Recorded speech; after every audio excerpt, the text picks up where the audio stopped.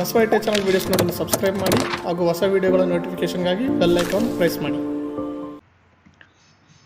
Welcome to Basava ITI channel.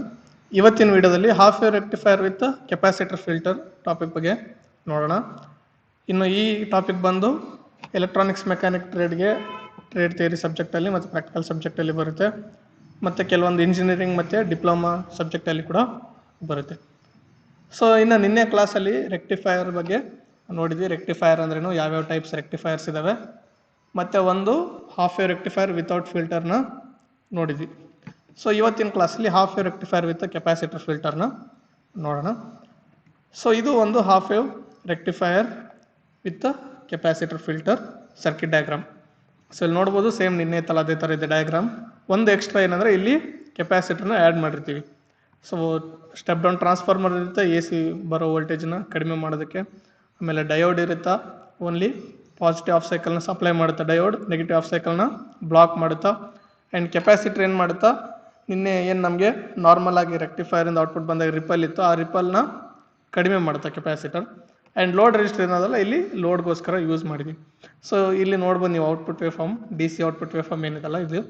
So ಇಲ್ಲಿ dot ಲೈನಿಂದ ಏನು ತೋರಿಸಿದಲ್ಲ, ಇದು ನಾರ್ಮಲ್ಲು ಔಟ್ಪುಟ್. ಇದು ಅಂದರೆ ವಿತೌಟ್ ಕೆಪಾಸಿಟರ್ ಫಿಲ್ಟ್ರಿಂದ ಬರುವಂಥ ಹಾಫ್ ರೆಕ್ಟಿಫೈರ್ ಔಟ್ಪುಟ್ ಇದು. ಸೊ ಡಾಟ್ ಲೈನ್ ಏನು ಇಲ್ಲಿ ಕಾಣುತ್ತಲ್ಲ ನಿಮಗೆ, ಇದು. ಸೊ ನಿನ್ನೆ ನೋಡಿದ್ವಿ ಸಿ ಆರ್ ದಲ್ಲಿ ಯಾವ ಥರ ಇತ್ತು ಇದು ಔಟ್ಪುಟ್ ಅಂತ. ಸೊ ಈ ನಾವು ನೆಕ್ಸ್ಟ್ ಕೆಪಾಸಿಟರ್ ಹಾಕಿದಾಗ ಏನಾಗುತ್ತಾ, ಕೆಪಾಸಿಟರ್ ಚಾರ್ಜಿಂಗ್ ಮತ್ತು ಡಿಸ್ಚಾರ್ಜಿಂಗ್ ಆಗಕ್ಕೆ ಸ್ಟಾರ್ಟ್ ಆಗುತ್ತೆ ಇಲ್ಲಿ ಬರೋ ವೋಲ್ಟೇಜಿಂದ. ಸೊ ಫಸ್ಟ್ ಏನಾಗುತ್ತೆ ಅಂದರೆ, ನೀವು ಫಸ್ಟ್ ಸೈಕಲಿಂದ ಹಿಂಗೆ ಬರ್ತಿರ್ಬೇಕಾದ್ರೆ ಕೆಪಾಸಿಟರ್ ಏನಾಗುತ್ತಾ, ಈ ಪೀಕ್ ಲೆವೆಲ್ ಏನಿರುತ್ತೋ ಬರ್ತಿರೋಂಥ ಹಾಫ್ ವೇವ್ದು, ಆ ವೋಲ್ಟೇಜ್ ಲೆವೆಲ್ ತನಕ ಕೆಪಾಸಿಟರ್ ಚಾರ್ಜ್ ಆಗುತ್ತಾ. ಅದಾದಮೇಲೆ ಡಿಸ್ಚಾರ್ಜ್ ಅಂದರೆ ನೆಗೆಟಿವ್ಗೆ ಹೋಗ್ಬೇಕಾದ್ರೆ, ಹಾಫ್ ರೆಕ್ಟಿಫೈರ್ ಔಟ್ಪುಟ್ ಏನಿರುತ್ತಲ್ಲ ಅದು ಡಿಕ್ರೀಸ್ ಆಗಬೇಕಾದ್ರೆ ಏನಾಗುತ್ತಾ, ಕೆಪಾಸಿಟರ್ ಏನು ಮಾಡುತ್ತಾ ತನ್ನಲ್ಲಿರೋಂಥ ಚಾರ್ಜ್ನ ನಿಧಾನಕ್ಕೆ ಡಿಸ್ಚಾರ್ಜ್ ಮಾಡೋಕ್ಕೆ ಸ್ಟಾರ್ಟ್ ಆಗುತ್ತೆ. ಸೊ ಅವಾಗ ಏನಾಗುತ್ತೆ, ನಮಗೆ ಔಟ್ಪುಟ್ಟು ಈ ಥರ ಬರೋ ಬದಲು ಕೆಪಾಸಿಟರ್ ಫಿಲ್ಟರ್ ಔಟ್ಪುಟ್ ನಮಗೆ ಈ ಥರ ಔಟ್ಪುಟ್ ಬರುತ್ತೆ. ಸೊ ಹಾಫ್ ರೆಕ್ಟಿಫೈರ್ ಔಟ್ಪುಟ್ ಈ ಥರ ಬರುತ್ತೆ ಕೆಪಾಸಿಟರ್ ಫಿಲ್ಟರ್ ಯೂಸ್ ಮಾಡಿದಾಗ. ಸೊ ಹಿಂಗಾದಾಗ ಏನಾಗುತ್ತೆ, ರಿಪಲಲ್ಲಿ ಕಮ್ಮಿ ಆಗುತ್ತೆ. ಇಲ್ಲಿ ನೋಡ್ಬೋದು, ಈ ವಿತೌಟ್ ಕೆಪಾಸಿಟರ್ ಇಲ್ಲಿಂದ ಇಲ್ಲಿಗೆ ಅಂದರೆ 0 ಇಂದ ಪೀಕ್ ಲೆವೆಲ್ಗೆ ನಮಗೆ ರಿಪಲ್ ಆಗ್ತಾನೆ ಇರುತ್ತೆ, ಇನ್ಕ್ರೀಸ್ ಡಿಕ್ರೀಸ್ ಆಗ್ತಾನೆ ಇರುತ್ತೆ. ಸೊ ಹಂಗಾದಾಗ ಏನಾಗುತ್ತೆ, ನಮಗೆ ಔಟ್ಪುಟ್ ವೋಲ್ಟೇಜ್ ಲೆವೆಲಲ್ಲಿ ಕಮ್ಮಿ ಔಟ್ಪುಟ್ ಬರುತ್ತೆ, ಲೆಸ್ ದೆನ್ 50% ಔಟ್ಪುಟ್ ಬರುತ್ತಾ.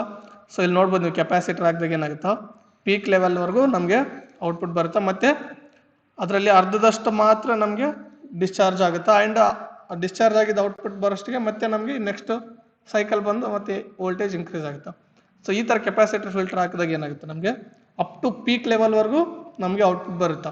ಸೊ ನಮಗೆ 6 ವೋಲ್ಟ್ ಟ್ರಾನ್ಸ್ಫಾರ್ಮರ್ ಹಾಕಿದ್ರು ಕೂಡ ಏನಾಗುತ್ತೆ, ಪೀಕ್ ಲೆವೆಲ್ ವೋಲ್ಟೇಜ್ ನಮಗೆ 9 ವೋಲ್ಟ್ ಇತ್ತು ಅಂದರೆ ಅಪ್ ಟು ಡಿ ಸಿ ಕೂಡ 9 ವೋಲ್ಟ್ವರೆಗೂ ಔಟ್ಪುಟ್ ಬರೋ ಚಾನ್ಸಸ್ ಇರುತ್ತೆ. ಸೊ ಅದರಿಂದಾಗಿ ಕೆಪಾಸಿಟರ್ ಫಿಲ್ಟರ್ನ ಯೂಸ್ ಮಾಡ್ತೀವಿ. ಸೊ ಇನ್ನು ಬೇರೆ ಬೇರೆ ವೇವ್ ಫಾರ್ಮ್ಸ್ ನೋಡೋದಾದರೆ, ಎ ಸಿ ಇನ್ಪುಟ್ ಮತ್ತು ರೆಕ್ಟಿಫೈರ್ ಔಟ್ಪುಟ್ ವಿತೌಟ್ ಫಿಲ್ಟರ್ ಮತ್ತು ವಿತ್ ಫಿಲ್ಟರ್ ನೋಡೋದ್ರೆ ಈ ಥರ ಇರುತ್ತೆ.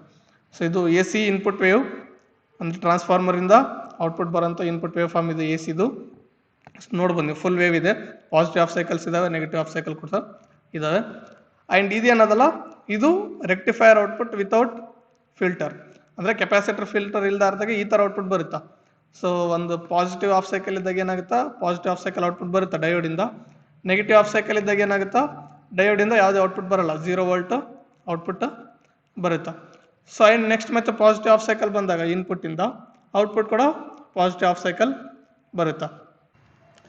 ಅದೇ ನಾವು ವಿತ್ ಫಿಲ್ಟರ್ ನೋಡಿದಾಗ ಏನಾಗುತ್ತಾ, ವಿತ್ ಫಿಲ್ಟ್ರಲ್ಲಿ ಕೆಪಾಸಿಟರ್ ಫಿಲ್ಟರ್ ಹಾಕಿರ್ತೀವಿ. ಸೊ ಆ ಕೆಪಾಸಿಟರ್ ಫಿಲ್ಟರ್ ಹಾಕಿದಾಗ ಏನಾಗುತ್ತಾ, ಸೊ ಮೊದಲಿಗೆ ಹಿಂಗೆ ಏನು ಡಿ ಸಿ ಔಟ್ಪುಟ್ ಬರ್ತಿರುತ್ತಲ್ಲ ಫಸ್ಟ್ ಹಾಫ್ ಸೈಕಲ್, ಸೊ ಅವಾಗ ಏನಾಗುತ್ತೆ, ಕೆಪಾಸಿಟರ್ ಏನು ಮಾಡುತ್ತಾ, ಪೀಕ್ ಲೆವೆಲ್ವರೆಗೂ ವೋಲ್ಟೇಜ್ ಏನಿರುತ್ತೆ ಆ ವೋಲ್ಟೇಜ್ವರೆಗೂ ಕೆಪಾಸಿಟರ್ ಚಾರ್ಜ್ನ ಸ್ಟೋರ್ ಮಾಡ್ಕೊಳುತ್ತೆ. ನಮ್ಗೆ ಔಟ್ಪುಟ್ ಕೂಡ ಬರ್ತಿರುತ್ತೆ, ಆ್ಯಸ್ ವೆಲ್ ಆ್ಯಸ್ ಕೆಪಾಸಿಟರ್ ಕೂಡ ಚಾರ್ಜ್ ಆಗ್ತಾ ಇರುತ್ತೆ. ಕೆಪಾಸಿಟರ್ ಫುಲ್ ಒಂದ್ಸರಿ ಪೀಕ್ ಲೆವೆಲ್ವರೆಗೂ ಚಾರ್ಜ್ ಆದಮೇಲೆ ಏನಾಗುತ್ತಾ, ಈ ಟೈಮಲ್ಲಿ ನೋಡ್ಬೋದು ನೀವು, ಯಾವುದೇ ರೀತಿ ನಮಗೆ ಔಟ್ಪುಟ್ ವೋಲ್ಟೇಜ್ ಬರಲ್ಲ. ಅಂದರೆ ಇಲ್ಲಿ ಔಟ್ಪುಟ್ ವೋಲ್ಟೇಜ್ ಕಡಿಮೆ ಹಾಕಂತ ಬರುತ್ತೆ. ಸೊ ಈ ಟೈಮಲ್ಲಿ ಔಟ್ಪುಟ್ ವೋಲ್ಟೇಜ್ ಕಡಿಮೆ ಹಾಕಂತ ಬರುತ್ತಾ. ಆ್ಯಂಡ್ ಈ ಟೈಮಲ್ಲಿ ಯಾವುದೇ ರೀತಿ ನಮಗೆ ಔಟ್ಪುಟ್ ಇರಲ್ಲ.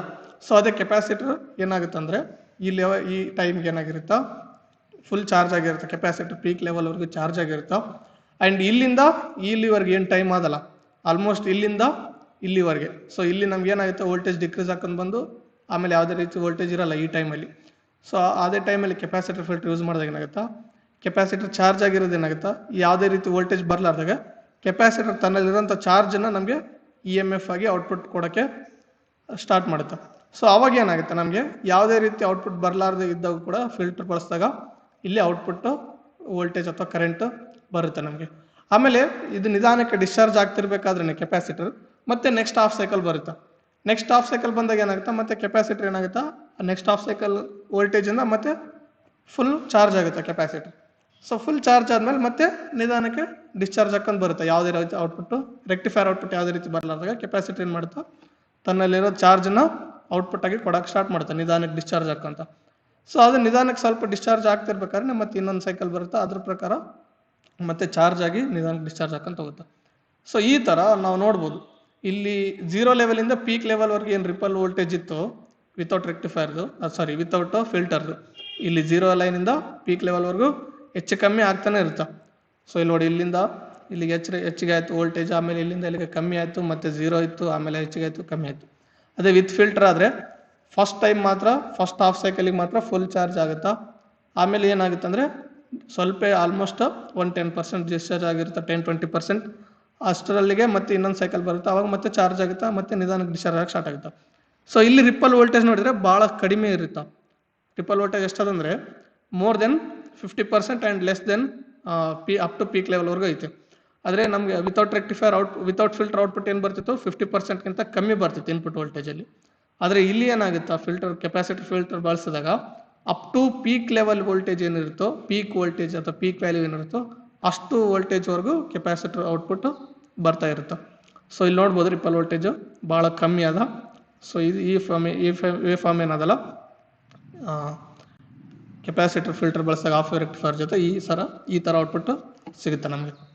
ಸೊ ಕೆಪಾಸಿಟರ್ ಬಳಸಿದಾಗ ಏನಾಗುತ್ತಾ, ಪಲ್ಸೇಟಿಂಗ್ ಡಿ ಸಿ ಇರೋದು ಅಂದರೆ ರಿಪಲ್ ಏನಿರುತ್ತೋ ಔಟ್ಪುಟ್ ಹಾಫ್ ವೇವ್ ಔಟ್ಪುಟ್ಟಲ್ಲಿ ಅಲ್ಲಿ ಏನಾಗುತ್ತೆ ಪಲ್ಸೇಟಿಂಗ್ ಕಮ್ಮಿ ಆಗುತ್ತೆ, ಅಂದರೆ ರಿಪಲ್ ವೋಲ್ಟೇಜ್ ಕಮ್ಮಿ ಆಗುತ್ತಾ.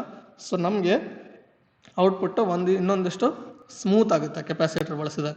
ಸೊ ಇದು ಒಂದು ಸಿಂಪಲ್ ಕೆಪಾಸಿಟರ್ ಬಳಸಿದ್ರೇ ಈ ರೀತಿ ನಮಗೆ ನಾರ್ಮಲ್ ಆಗಿ ಸ್ವಲ್ಪ ಸ್ಮೂತ್ ಆಗಿರೋ ಔಟ್ಪುಟ್ಟು ಸಿಗುತ್ತಾ. ನೀವು 2 ಸ್ಟೇಜ್ ಮಲ್ಟಿಪಲ್ ಸ್ಟೇಜ್ ಫಿಲ್ಟರ್ ಬಳಸಿದಾಗ ಏನಾಗುತ್ತಾ ಔಟ್ಪುಟ್ ವೋಲ್ಟೇಜ್ ಇನ್ನೂ ಸ್ಮೂತ್ ಆಗಿರುತ್ತೆ.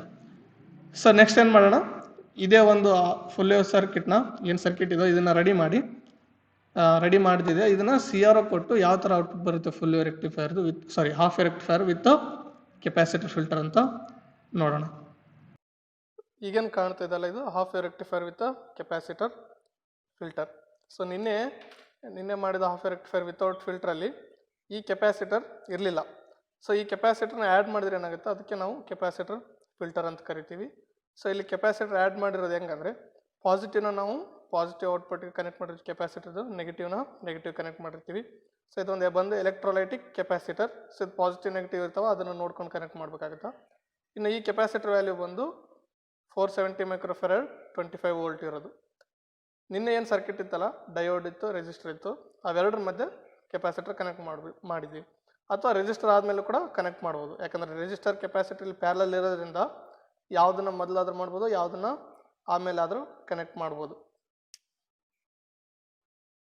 ಸೊ ಈ ಸರ್ಕಿಟ್ ಏನದಲ್ಲ, ಈ ಸರ್ಕಿಟ್ ಡಯಾಗ್ರಾಮ್ ಪ್ರಕಾರ ಬಿಲ್ಡ್ ಮಾಡಿರೋದು ಅಥವಾ ಸಾಲ್ಡರ್ ಮಾಡಿರೋದು. ಸೊ ಇಲ್ಲೇನು ಸ್ಟೆಪ್ ಡೌನ್ ಟ್ರಾನ್ಸ್ಫಾರ್ಮರ್ ಕಾಣ್ತಲ್ಲ 12 ವೋಲ್ಟ್, ಇದು ಸ್ಟೆಪ್ ಡೌನ್ ಟ್ರಾನ್ಸ್ಫಾರ್ಮರ್. ಆ್ಯಂಡ್ ಇದ್ರದ್ದು ಒಂದು ಫೇಸ್ನ ಬ್ಲೂ ಕಲರ್ ಫೇಸ್ ಏನಿದು, ಇದು ಒಂದು ಪಾಸಿಟಿವ್ ಅಥವಾ ಫೇಸ್ ಔಟ್ಪುಟ್ ಏನು ಮಾಡೀವಿ ಡಯೋಡ್ ಆ್ಯನೋಡ್ಗೆ ಕನೆಕ್ಟ್ ಮಾಡಿದ್ವಿ ಸರ್ಕಿಟಲ್ಲಿರೋ ರೀತಿ. ಆಮೇಲೆ ನೆಗೆಟಿವ್ನ ಅಥವಾ ನ್ಯೂಟ್ರಲ್ನ ಏನು ಮಾಡಿದ್ವಿ ಕೆಪಾಸಿಟರ್ ನೆಗೆಟಿವ್ ಮತ್ತು ರೆಸಿಸ್ಟೆನ್ಸ್ ಶಾರ್ಟ್ ಆಗಿದೆಲ್ಲ ಅಲ್ಲಿಗೆ ಕನೆಕ್ಟ್ ಮಾಡಿದ್ವಿ. ಸೊ ಇಲ್ಲಿ ನೋಡ್ಬೋದು ನೀವು ಕೆಪಾಸಿಟರ್ ನೆಗೆಟಿವ್ ಮತ್ತು ರೆಸಿಸ್ಟರ್ ಶಾರ್ಟ್ ಮಾಡಿದ್ದು ಅಲ್ಲಿಗೆ ನ್ಯೂಟ್ರಲ್ನ ಕನೆಕ್ಟ್ ಮಾಡಿದ್ವಿ. ಆ್ಯಂಡ್ ಅದೇ ನ್ಯೂಟ್ರಲ್ ಕೂಡ ನೆಗೆಟಿವ್ ಔಟ್ಪುಟ್ ಆಗಿರುತ್ತಾ. ಆ್ಯಂಡ್ ಇಲ್ಲಿ ಡಯೋಡಿಂದ ಬರೋ ಡೈರೆಕ್ಟ್ ಔಟ್ಪುಟ್ಟು ಪಾಸಿಟಿವ್ ಔಟ್ಪುಟ್ ಆಗಿರುತ್ತೆ. ಸೊ ಇದು positive output red colour. So ಇವಾಗ ನೆಕ್ಸ್ಟ್ ಇದನ್ನು ಪವರ್ ಸಪ್ಲೈ ಕೊಟ್ಟು ಯಾವ್ಯಾವ ರೀತಿ ಇನ್ಪುಟ್ ಔಟ್ಪುಟ್ ವೋಲ್ಟೇಜಸ್ ಇರುತ್ತೆ ಅಂತ ನೋಡೋಣ. ಇವಾಗ ನೋಡ್ಬೋದು ನಾವು ಟ್ರಾನ್ಸ್ಫಾರ್ಮರ್ನ AC ಮೇನ್ ಕನೆಕ್ಟ್ ಮಾಡಿದ್ದೀವಿ. ಆ್ಯಂಡ್ ಟ್ರಾನ್ಸ್ಫಾರ್ಮರ್ ಔಟ್ಪುಟ್ನ ಸೆಕೆಂಡ್ರಿಯಿಂದ ಬಂದಿರೋದು ಈ ಒಂದು half wave rectifier with filter ಸರ್ಕಿಟ್ಗೆ ಇನ್ಪುಟ್ ಆಗಿ ಕೊಟ್ಟಿದ್ದೀವಿ. ಆ್ಯಂಡ್ ಇಲ್ಲಿಂದ ನಮಗೆ ವಿತ್ ಫಿಲ್ಟರ್ಡ್ ಔಟ್ಪುಟ್ ಬರುತ್ತೆ ಹಾಫ್ ವೇವ್ ರೆಕ್ಟಿಫೈರ್. ಇಲ್ಲಿ ರೆಡ್ ಏನಿದೆ ಇದು ಪಾಸಿಟಿವ್, ಬ್ಲ್ಯಾಕ್ ಇರೋದು ನೆಗೆಟಿವ್. ಸೊ ನಿನ್ನೆ ಏನು ಹಾಫ್ ವೇವ್ ರೆಕ್ಟಿಫೈರ್ಗೆ ಅಬ್ಸರ್ವೇಷನ್ ನೋಟ್ ಮಾಡ್ಕೊಂಡಿವಲ್ಲ ಅದೇ ರೀತಿ ಈ ಒಂದು ವಿತ್ ಫಿಲ್ಟರ್ಗೂ ಕೂಡ ಅಬ್ಸರ್ವೇಷನ್ನ ನೋಟ್ ಮಾಡ್ಕೊಳ್ಳೋಣ ಏನೇನು ವ್ಯಾಲ್ಯೂಸ್ ಬರುತ್ತೆ ಅಂತ. ಸೊ ಮೊದಲಿಗೆ ಎ ಸಿ ಇನ್ಪುಟ್ನ ಏನು ಕೊಡ್ತೀವಿ ನಾವು ಟ್ರಾನ್ಸ್ಫಾರ್ಮರ್ಗೆ ಅಂತ ನೋಡೋಣ. ಸೊ ಇಲ್ಲಿ ನೋಡ್ಬೋದು ನಾವು ಟ್ರಾನ್ಸ್ಫಾರ್ಮರ್ನ 750 ವೋಲ್ಟು ಎ ಸಿಗೆ ಸೆಟ್ ಮಾಡಿರಬೇಕು. ಸೊ ಇಲ್ಲಿ ನೋಡ್ಬೋದು 750 ವೋಲ್ಟು ಎ ಸಿಗೆ ಸೆಟ್ ಮಾಡಿದೆ. ನೆಕ್ಸ್ಟ್ ಪ್ರೋಬ್ಸನ್ನು ತೊಗೊಂಡು ಪಾಸಿಟಿವ್ ಮತ್ತು ನೆಗೆಟಿವ್ ಪ್ರೋಬ್ಸ್ನ ಎ ಸಿ ಔಟ್ಲೆಟ್ಗೆ ಕನೆಕ್ಟ್ ಮಾಡಬೇಕು. ಸೊ ಏನು ವೋಲ್ಟೇಜ್ ತೋರಿಸೋದಲ್ಲ, ಈಗ ನಮಗೆ ಇದು ಟ್ರಾನ್ಸ್ಫಾರ್ಮರ್ಗೆ ಇನ್ಪುಟ್ ಬರುವಂಥ ವೋಲ್ಟೇಜ್ ಎಷ್ಟು ವೋಲ್ಟ್ ಇದೆ ಅಂದರೆ 242 ವೋಲ್ಟ್ಸ್ ಇದೆ. ಸೊ ಅಬ್ಸರ್ವೇಷನಲ್ಲಿ ಏನು ಮಾಡೋಣ, A C input voltage across primary winding of the transformer 242 volt. So next A C output voltage ಏನು ಬರುತ್ತೆ ಸೆಕೆಂಡ್ರಿ ವೈಂಡಿಂಗಿಂದ, ಟ್ರಾನ್ಸ್ಫಾರ್ಮರ್ ಸೆಕೆಂಡ್ರಿ ವೈಂಡಿಂಗ್ ಅಂತ ನೋಡಿದರೆ, ಸೊ ಇಲ್ಲಿದ್ದಾವಲ್ಲ ಇವು ಸೆಕೆಂಡ್ರಿ ವೈಂಡಿಂಗ್ ಔಟ್ಪುಟ್ ಇದು ಟ್ರಾನ್ಸ್ಫಾರ್ಮರಿಂದ ಬರೋ ಔಟ್ಪುಟ್ಟು.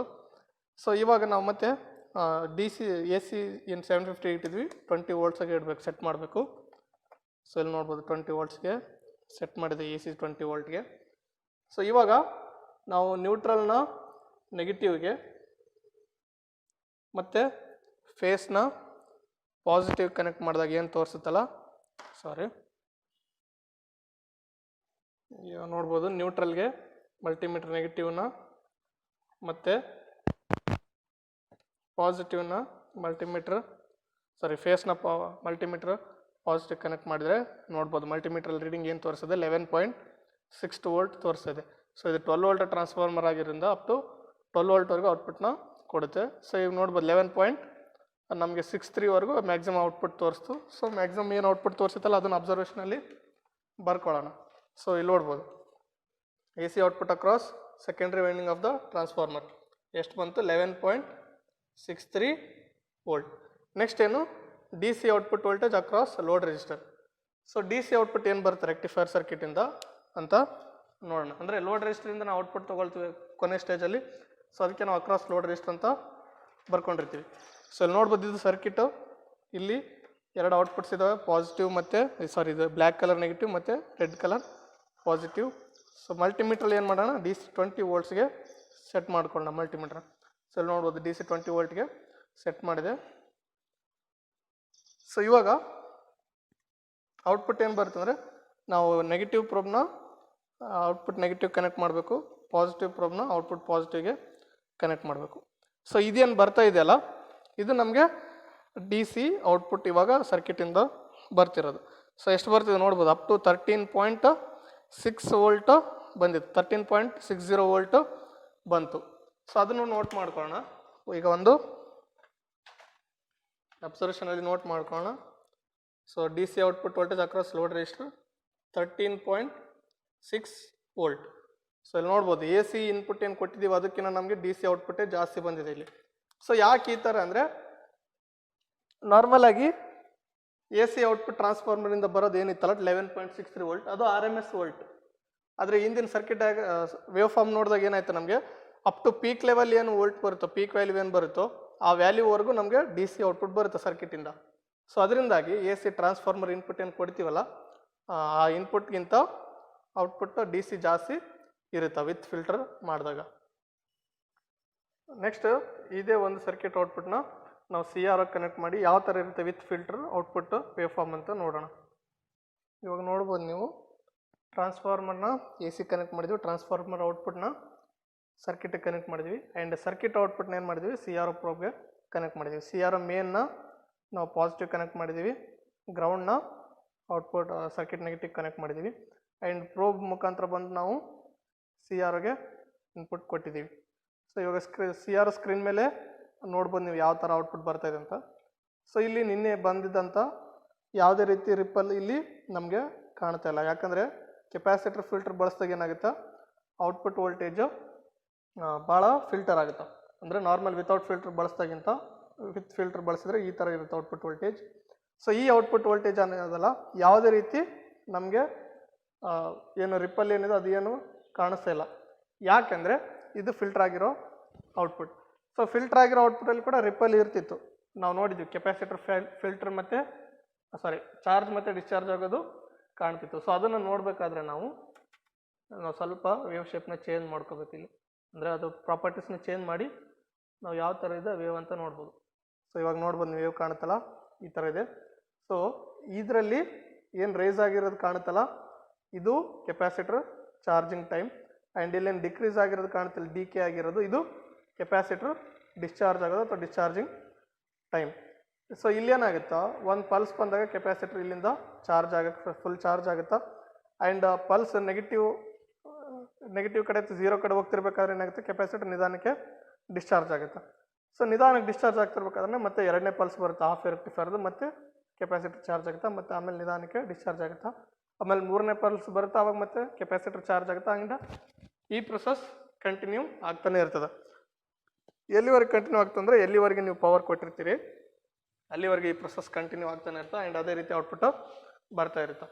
ಸೊ ಇವಾಗ ನಾವು ಇದ್ರ ಪ್ರಾಪರ್ಟೀಸ್ನ ನೋಡೋದಾದ್ರೆ ನಿನ್ನೆ ಹಾಫ್ ವೇವ್ ರೆಕ್ಟಿಫೈರ್ ಯಾವ ಥರ ನೋಡಿದ್ವಿ ವಿತೌಟ್ ಫಿಲ್ಟರ್ದು. ಸೊ ವಿತ್ ಫಿಲ್ಟರ್ದು ಯಾವ ಥರ ಔಟ್ಪುಟ್ ಬರುತ್ತೆ ಅಂತ ನೋಡೋದಾದ್ರೆ ಸೊ ನಾವು ಇಲ್ಲಿ ಡಿ ಸಿಗೆ ಸೆಟ್ ಮಾಡಬೇಕು. ಯಾಕಂದರೆ ಇಲ್ಲಿ ಪ್ಯೂರ್ ಡಿ ಸಿ ಔಟ್ಪುಟ್ ಇರೋದ್ರಿಂದ ಡಿ ಸಿಗೆ ಸೆಟ್ ಮಾಡಿರಬೇಕು ಸಿ ಆರ್ ಒನ.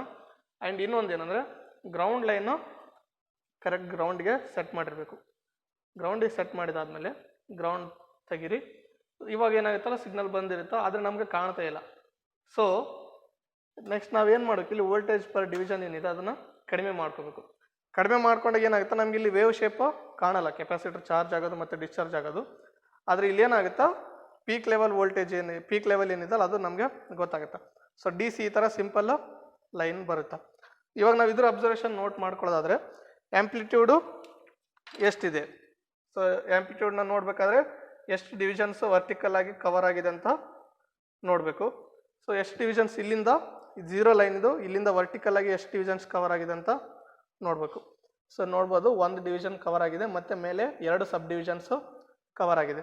ಸೊ ಇದು ಒಂದು ಫುಲ್ ಆದರೆ 1, ಮೇಲೆ 2 ಸಬ್ ಡಿವಿಷನ್ ತೊಗೊಂಡ್ರೆ ಅದು 0.4 ಆಗುತ್ತೆ. ಒಂದು ಸಬ್ ಡಿವಿಷನ್ಗೆ 0.2, 2 ಕೂಡಿದ್ರೆ 0.4 ಆಗುತ್ತಾ. ಸೊ ಟೋಟಲ್ ಇಲ್ಲಿಂದ ಇಲ್ಲಿವರೆಗೆ 1.4 ಆಗುತ್ತಾ. ಆ್ಯಂಡ್ 1.4 ಮಲ್ಟಿಪ್ಲೈಡ್ ಬೈ ಇದನ್ನು ವೋಲ್ಟ್ ಪರ್ ಡಿವಿಷನ್ ನಾಬ್ನ ಇಲ್ಲಿಗೆ ಸೆಟ್ ಮಾಡಿ ನೋಡ್ಕೋಬೇಕು. ಸೊ ಇಲ್ಲಿ ನೋಡ್ಬೋದು 10 ವೋಲ್ಟ್ಗೆ ಸೆಟ್ ಮಾಡಿದ್ವಿ ವೋಲ್ಟ್ ಪರ್ ಡಿವಿಷನ್ ನಾಬ್ನ. ಸೊ ಇವಾಗ ಏನು ಮಾಡ್ಬೇಕಂದ್ರೆ ಇಲ್ಲಿ ಬಂದಿರೋ 1.4 ಮಲ್ಟಿಪ್ಲೈಡ್ ಬೈ 10 ವೋಲ್ಟ್ ಮಾಡಬೇಕು. So amplitude is equal to 1.4 multiplied by 10 volt. So ಎಷ್ಟಾಗುತ್ತೆ ಅಂದರೆ 14 ವೋಲ್ಟ್ ಆಗುತ್ತಾ. ನೀವು ಮಾಡ್ಬೋದು, ಕ್ಯಾಲ್ಕುಲೇಟರಲ್ಲಿ ಮಾಡ್ಬೋದು ಅಥವಾ ಮಲ್ಟಿಪ್ಲೈ ಮಾಡಿ ನೋಡ್ಬೋದು. ಸೊ ಆ್ಯಂಪ್ಲಿಟ್ಯೂಡ್ ಏನಾದ್ರೆ 14 ವೋಲ್ಟ್ ಬಂತು.